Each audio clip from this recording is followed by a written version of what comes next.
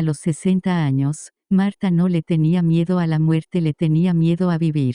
Cada mañana se despertaba antes de que sonara el despertador, no porque tuviera energía, sino porque la ansiedad no la dejaba dormir más. Se quedaba mirando el techo, contando grietas, pensando en lo mismo de siempre, y si mañana ya no puedo trabajar y si me enfermo, ¿qué hago si se acaba todo? No tenía ahorros, ni un fondo, ni un por si acaso. Había trabajado toda su vida, limpió casas, cuidó niños, cocinó para otros mientras en la suya muchas veces solo había pan y café. Nunca fue mala con el dinero, pero tampoco tuvo margen. Todo lo que entraba, salía. Sobrevivir no deja espacio para planear.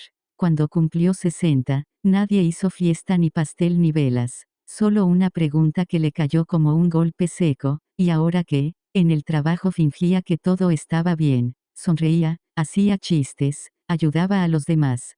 Pero por dentro sentía vergüenza. Vergüenza de su edad. Vergüenza de no haber logrado nada. Vergüenza de depender todavía de un sueldo que podía desaparecer en cualquier momento. Por las noches, cuando el silencio llenaba la casa, el miedo se volvía más fuerte. No era un miedo escandaloso, era uno callado, de esos que se sientan contigo en la mesa y no se van. Sabía que ya no podía empezar de cero, eso creía. Pensaba que las oportunidades eran para los jóvenes, que a su edad solo tocaba aguantar, resistir, llegar hasta donde se pudiera y esperar que la vida fuera piadosa. Pero la vida no promete piedad, la vida solo avanza, y fue en uno de esos días comunes, sin nada especial, cuando algo la obligó a mirarse de frente y aceptar una verdad que había evitado por años. Así no podía seguir. El golpe no llegó con gritos, llegó con una frase simple: tenemos que reducir personal. Marta estaba de pie, con el delantal todavía puesto, las manos húmedas por el jabón. No fue a ella a quien despidieron ese día, pero algo dentro se rompió igual. Vio a una compañera llorar en silencio mientras recogía sus cosas. Tenía menos edad que ella, más energía, más futuro, pensó Marta. Si a ella la sacaron, ¿qué le esperaba a alguien de 60? Esa noche volvió a casa más lenta de lo normal. Cada paso pesaba, no por cansancio físico, sino porque por primera vez entendió algo que siempre había evitado: no estaba preparada para perder su trabajo. Abrió la cartera, contó el dinero, volvió a contarlo. No era poco, pero tampoco era nada. Ese fin de semana se enfermó. Nada grave, solo una presión fuerte en el pecho que la obligó a sentarse. Mientras respiraba hondo, el miedo apareció sin pedir permiso: ¿y si esto empeora, quién paga un médico sin ahorros? Por primera vez, lloró no por el dolor, sino por la incertidumbre. No llamó a nadie, no pidió ayuda, se quedó sentada en la cama, mirando sus manos, esas mismas manos que habían trabajado toda una vida y aún así no tenían nada que mostrar. El lunes siguiente llegó temprano al trabajo. Más que nunca necesitaba ese sueldo. Pero algo había cambiado. Ya no trabajaba solo por cumplir, ahora trabajaba con miedo. Fue ese mismo día cuando escuchó una conversación que no iba dirigida a ella. No importa cuánto ganes, decía una voz, importa cuánto eres capaz de guardar. Marta se quedó quieta, no porque fuera una gran frase, sino porque nunca nadie le había hablado así. Guardar dinero siempre le sonó a lujo, a algo ajeno, a una idea que no era para gente como ella. Pero esa frase se le quedó pegada todo el día. Esa noche, en lugar de acostarse a pensar en lo que no tenía, hizo algo distinto. Tomó una libreta vieja y escribió en la primera página: ¿qué pasaría si empiezo con lo poco? No tenía respuestas, no tenía un plan, solo tenía miedo, y una última oportunidad de intentar algo diferente. Marta se quedó mirando la libreta durante varios minutos, la hoja en blanco parecía burlarse de ella. Guardar dinero, murmuró. ¿De dónde? Su sueldo apenas alcanzaba. Cada peso ya tenía nombre antes de llegar a sus manos: comida, luz, transporte, alguna medicina. Pensar en guardar algo le parecía casi una falta de respeto a su propia realidad. Pero esa noche no cerró la libreta. Al día siguiente, mientras limpiaba una casa, encontró un sobreviejo dentro de un cajón. No tenía nada especial, solo un papel doblado con números escritos a mano. Era de la dueña anterior de la casa, una mujer que ya no vivía allí. Marta no leyó el papel completo, solo una frase escrita abajo, casi como un recordatorio: Guarda primero, vive después. No sabía por qué, pero esa frase le golpeó distinto. Esa misma tarde hizo algo que nunca había hecho, se sentó con una calculadora. Tomó su sueldo, lo miró, suspiró. El 10%. No era una cifra imposible, pero sí incómoda. 10% significaba renunciar a algo. Tal vez a una comida fuera. Tal vez a un gusto pequeño. Tal vez a la falsa tranquilidad de gastar todo y no pensar. No es nada, se dijo. 10% no va a cambiar nada. Aún así, lo intentó. Sacó el dinero, lo puso en un sobre y lo guardó en el fondo de un cajón. No se sintió valiente, no se sintió segura, se sintió ridícula. Esa semana dudó 1000 veces. Pensó en sacar el dinero, en usarlo solo esta vez. Nadie iba a notarlo, nadie iba a juzgarla.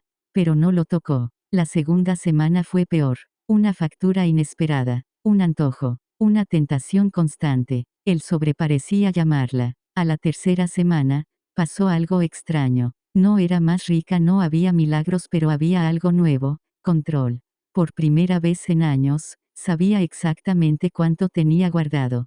Poco, sí, pero era suyo, intocable, no para hoy, sino para mañana. Nadie lo sabía, nadie la aplaudía, nadie creía que eso sirviera para algo. Pero cada vez que cerraba el cajón, sentía algo que no sentía desde hacía años, un poco de paz.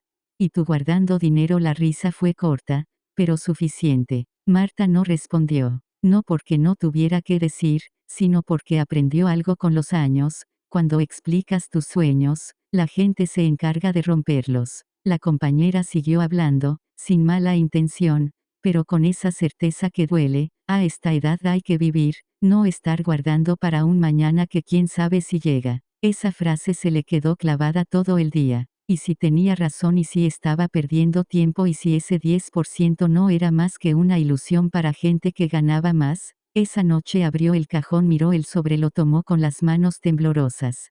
Pensó en todo lo que podía hacer con ese dinero ahora mismo. Cosas pequeñas, sí, pero reales. Comidas, alivios, momentos. El miedo volvió, el mismo de siempre. ¿Y si mañana me despiden? ¿Y si enfermo? ¿Y si todo esto no sirve para nada? Cerró el sobre. No por fe, no por disciplina, sino por cansancio. Estaba cansada de empezar y abandonar, cansada de vivir al día, cansada de llegar a los 60 con la sensación de haber trabajado para otros, pero nunca para ella.